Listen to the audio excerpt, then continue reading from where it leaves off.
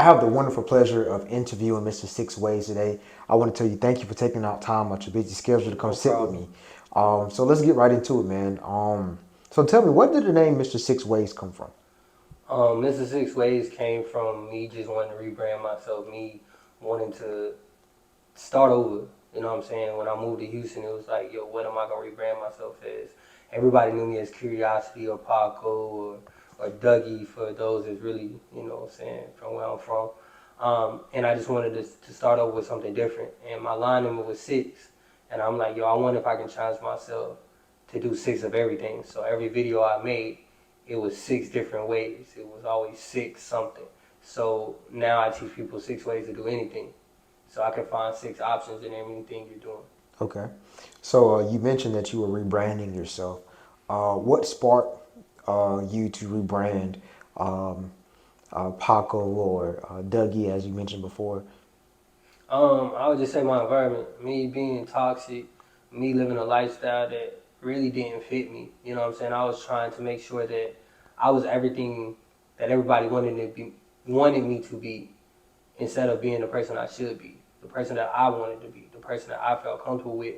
And I felt like those names and those things that I was doing at the time, I wasn't happy. I wasn't doing anything to make me happy. I was more so focused on making everybody else happy. And that's probably one of the biggest mistakes we can make in life.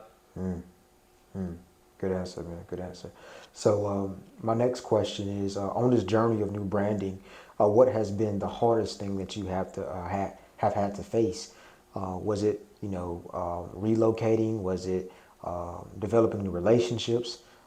Give us a little insight on that. I would say the biggest thing of change is people not understanding you're changing. People want you to be a certain way. People expecting you to act in a certain way, and then, you know what I'm saying, it's a lot of judgment that is placed, and you lose a lot of people close to you. A lot of people don't understand it. A lot of people try to bring you down, or I ain't gonna say bring you down, but bring you back to the things that you were. Like, I can't tell you how many times people get mad when I say I don't want to drink, or I don't want to go here, or I don't want to get involved with this, and then it's, oh, so since you saved and sanctified, now you can't. It's not that. That's just not something I want to do. Um, Acting out of character, treating women all types of ways, like that's not me no more. So, I think the biggest thing of rebranding is not the changes that I'm making within myself, but the changes of those that's going to be around me. Thank you for that response. So, off camera, you talked to me a little bit about you and your daughter, Kaden, and the business that you all have started and how wonderful it's going. Give us a little insight on how it was formed and how you guys are just helping other families uh, create success stories. Um, One of the things I always tell people is generational wealth usually doesn't last past the second generation, and the third generation is almost non-existent. Um, and the reason why is it's not because you don't have successful businesses, but you don't incorporate your family in the right way, in the right time frame. When I moved to Houston, I got a call like probably like the week of me working, and they were like, "My daughter's not in trouble at school." She felt like, I chose another job over her. She was missing her dad, so she was truly acting out. But she was vocal about why she was acting out. Like, yo, I miss my dad. I'm tired of him choosing other jobs over me. And in that very moment, that's when I realized, you know, the reason why I kind of have the relationships I have with both of my parents is not necessarily what they did for me, but what they didn't do with me. I didn't have my dad there to teach me how to ride a bike. I didn't have my dad there to show me how to shoot a basketball. I didn't have my dad there to show me how to be a man and raise a queen. And I didn't want her to grow up in that same mindset. I didn't want her to think that money was more valued than her. Even though the money's for her, I never want her to feel like I'd rather replace time with her for money, because you can give your children all the gifts in the world, but the greatest gift you can give your children is the memory of you. And one of the other things that I realized in that moment was when we wrote our books, that is going to create a generational wealth. As sad as it is to say right now, when we die, what do people do? They look for us, they search us, they want to know who we were.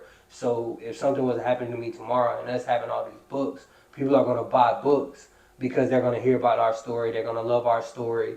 And now she's making money from all of these things that I set up for her. And then one of the other things that I realized is our kids are more creative than us. they have a mindset that's a little bit different than an adult because discouragement really doesn't happen to them. It's like when something bad happens or they get told no, they wipe it off and keep going. And with that type of mindset, you're open to creativity, you're open to trying different things, you're open to doing different things. And the moment I put my daughter in my business was the moment my business catapulted. Wow, wow. I had the pleasure of working with you all a few weeks ago, and I must say, Caden is a bundle, a bundle of joy, a lot of personality. You mentioned this life change. What event in your life sparked that life change? I ain't gonna say an event changed me, but working with my mentor Jeremy Anderson and Chris Crumpler, I think changed a lot about my character. Seeing men that honored, respected, cherished their wives, um, understood that like your past doesn't have to be your now. Understanding that you can live a different path and you can create generational wealth and generational ways of breaking curses, and it all starts with you just seeing how they kind of carry themselves, how they honor, life as a whole. Their faith driven. I think just seeing them like that and seeing how naturally happy, they are, and how people, really gravitate towards them was very very important to me. And just being around them, it was like be yourself, because nobody else can be you. And as Chris says all the time, Coach Crump is liar, liar, pants on fire. And I feel like the life I was living and the things I was doing, I was liar, liar, pants on fire. That's not me. You know what I'm saying? I was doing what people wanted me to do, but not necessarily what I needed to do to be the man that I should be to raise the queen that I am raising now. Wow. So I know that you have also expressed to me about your journey of being a motivational speaker.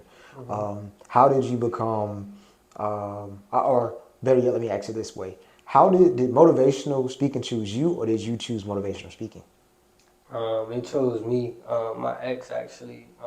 She was like, "Yo, I think you'll be a great speaker. Like you always, you just have a way with words." So, um, she told me to take a chance on myself. I took a Mm-hmm. chance on myself, and I realized I was actually better than I thought. And I don't even really consider myself a motivational speaker. I consider myself a change agent. Um, One of the things I realized in these last few years was I couldn't save both of my best friends from gun violence and death, but it might have been a reason I didn't save them because there was so many other people that I would have to save. And with that mindset, I didn't want to see another parent cry. Like I tell anybody this, like losing people ain't the hard part. It's the memories of what happens afterwards. Um, One of the worst feelings I could ever feel was seeing a mother cry, and there's nothing you can do about it. It's nothing you can tell them. It's nothing you really can do. You know what I'm saying? Like even if you get back, let's say you get back, that ain't gonna bring that woman's child back. You know what I'm saying?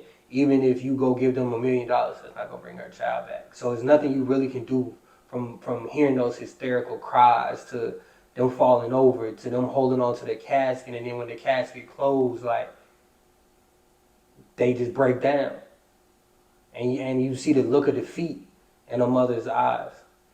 That's a feeling that I never shake, and I don't ever want nobody else to feel that feeling. So I always try to get into these rooms and talk to these young boys and just let them know it's different routes. One of the things my uncle taught me as a kid was uh, before you do something bad, think about if you was in a courtroom and you look back and they're giving you your sentence and your mother, your grandmother, or the person closest to you is back there crying and they just break down. No matter how much you feel like you're the toughest person in the world, you're going to feel like the sorriest person in the world because you can't do nothing about it. You can't even go back there and hug them, kiss them, and tell them it's going to be okay because that pain is going to be there. And that kind of changed my mindset with a lot of things as well. And I try to spread that message to as many kids as I can. Wow, man, that's touching. Just throw this in there. We're both from the same area, so I understand. Congratulations on making it out, man, and doing something positive with your life. I want to say that. Appreciate it. Yes, sir. So, how can people book you if they would love? I mean, how can people book you to come speak to their crowd? Um, www.anthonydodson.net. Reach out to me on Instagram, LinkedIn, Facebook. If you can get in contact or you know somebody that know me, reach out. I'm always looking to work. I'm always looking to collab. My goal is to, like I say, stop with another young black man from making a mistake that he can never forget or never change. So, Not only do you motivate people to change their lives, but you also help people enrich their lives through financial literacy, mhm. which sparked our relationship. Tell the people a little bit about that.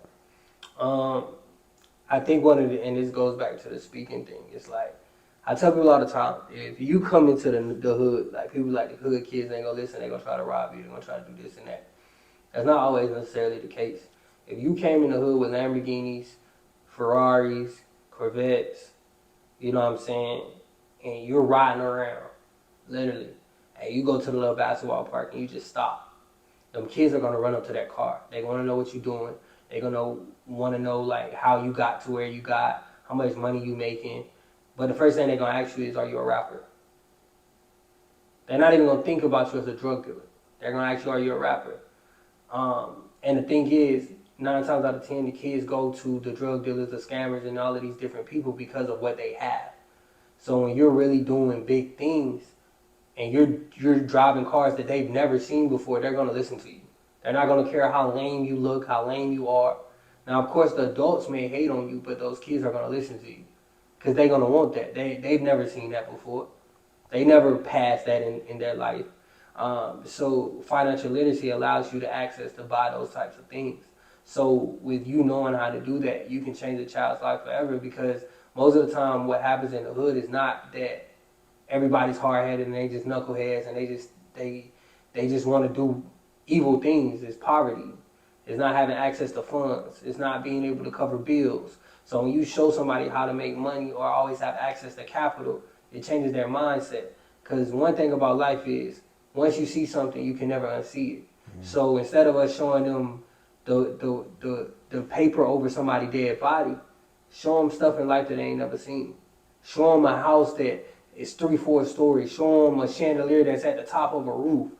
Show them the nice cars, and then when you show them these things, this allows children to change their mindsets, and this allows them to see things that they ain't never seen before.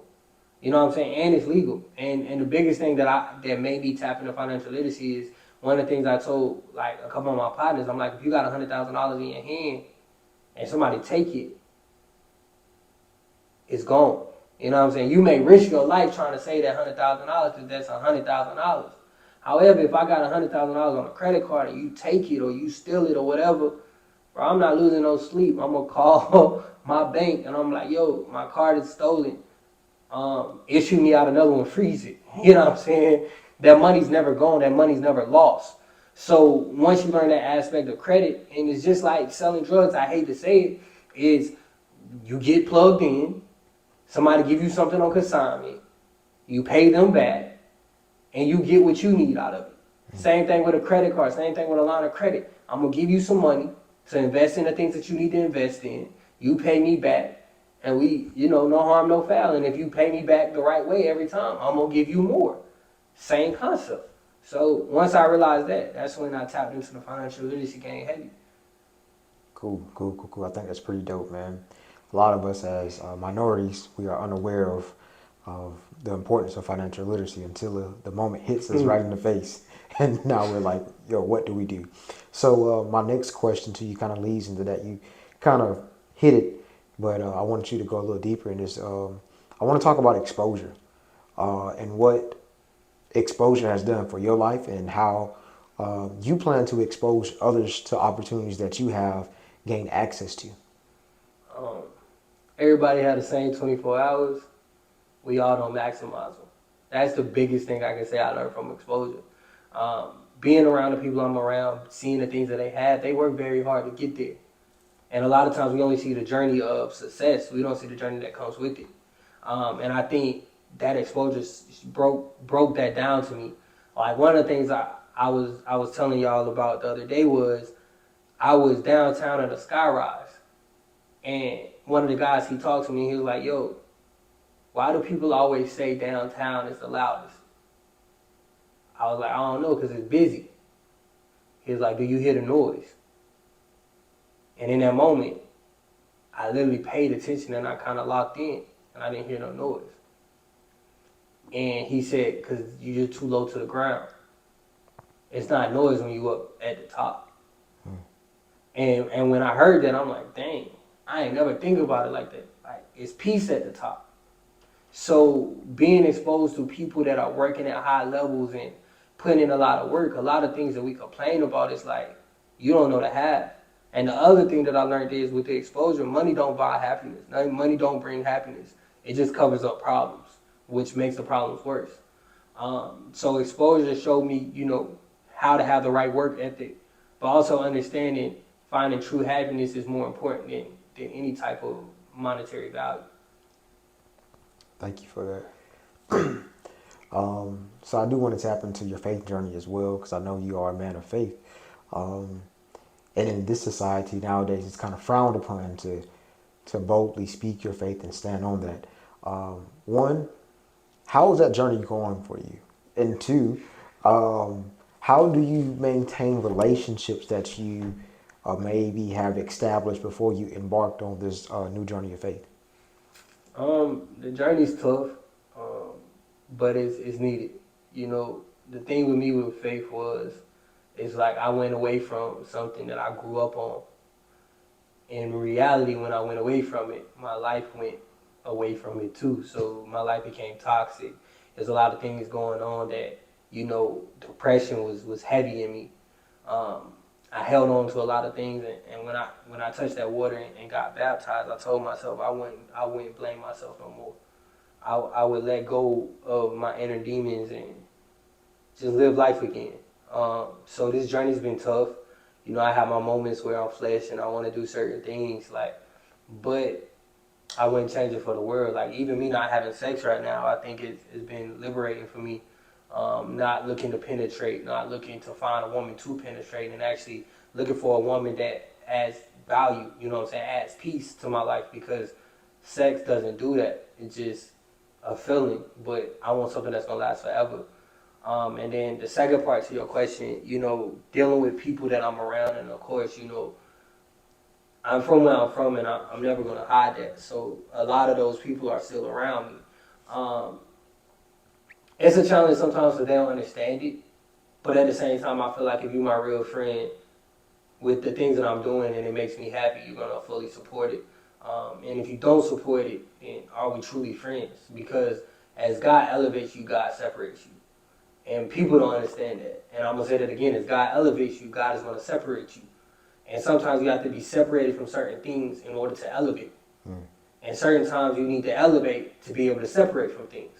So with having those two combined, it's just going to make me a better person. So I feel like who's going to align with me is going to align with me, and who doesn't, they don't. And I'm not expressing or explaining or begging nobody to be around me now. It's, if you rocking, you rocking. If you knocking, you knocking. And we don't deal with nobody that's knocking, so I'm rocking with who I rock with. Cool, cool, cool. So I know that you're working on a new podcast called The Sparring Session with some dope co-host, Drizzy Drive, I believe that is. Snow that Okay, Snow that Drizzy and Pooh the Gifted. How's that coming along? I mean, it's a work in progress. Make sure y'all like, share, and subscribe. It's different. I think the thing for me that I'm realizing in it is I'm being my authentic self. I think one of the things with me being a speaker is that I had to realize just recently is it's a certain image speakers have, and in my life there's always been a certain image that I'm supposed to have. Like when I became a Kappa, it was you gotta wear suits, you gotta look this way. I'm not that. Growing up, it was, oh, you gotta be in the streets because you're from the streets. No, you don't have to be. Graduating at 16, oh, you're just so super smart. I really wasn't. And I think with this, it's like, okay, yes, speakers have a certain image, but who are those speakers speaking to? Why are they speaking? What are they speaking about? And with this podcast, I'm realizing that I don't care about the image of what a speaker should be. I care about the kids that I'm trying to save. I care about having the conversations that these kids are having and they are dealing with that everybody's scared to talk about. A speaker isn't a speaker is a leader. And a leader will go against the grain every time for what's right or what they feel is right. So with this podcast, I'm learning to be authentically myself and not apologizing for who I am, what I come from, and the journey of growth that I'm having. So it's been a great relief and therapy to me to understanding like, yo, I don't have to be the image that everybody wants me to be. If people aren't gonna book me or people are not gonna rock with me, they're just not gonna rock with me. But I'm gonna be authentic to myself because I'm not caring about the person that's booking me. I care about that kid, that life I'm gonna change. And whether y'all take me and bring me in as a speaker or not, I'm gonna get this message across. Whether I have to get it across the hard way or the right way, it's gonna come. And I'm gonna use every platform I have to give that message. Okay. Um, to sum this interview up, I think this will be a great question because I think a lot of times people are not aware of the amount of influence that they have. Um, so in our generation, we're always constantly trying to get a seat at the table. We're always constantly trying to make the right connect or have the right mentor. Which you're speaking, which you having a podcast, which you're having a business with your daughter, and so on. Um, my question to you is, how do you manage the level of influence that you have, and also, whenever you're trying to get a seat at the table, are you focused on getting a seat at the table, or are you more focused on building your own table? I don't never care about no seat at nobody's table. I learned how to cook. You feel what I'm saying? My grandma always told me as a kid, like, I'm gonna show you how to do everything so you never depend on a woman. And another thing she always told me is always have your own, so that way you never have to depend on nobody for nothing. Um, my biggest thing about seats at tables and how we look at the table, if I'm sitting at your table, I benefit from you. If I bring my own dish, we're eating together. And so before you can sit at somebody's table, you gotta already be able to sit at your own table comfortably. And that's where a lot of people lack at is I'm ready to go get connections, I'm ready to get to the next level, I wanna collab with this person. What have you done in your own space? You get what I'm saying? That's just like a nice restaurant. A restaurant doesn't get fame because of so-and-so ate there. It gets fame from all the people that ate there. It gets fame from the quality of food that's there. Not because who went there. Because you can have a great, restaurant and nasty food. And just because so-and-so ate there don't mean that the food is good.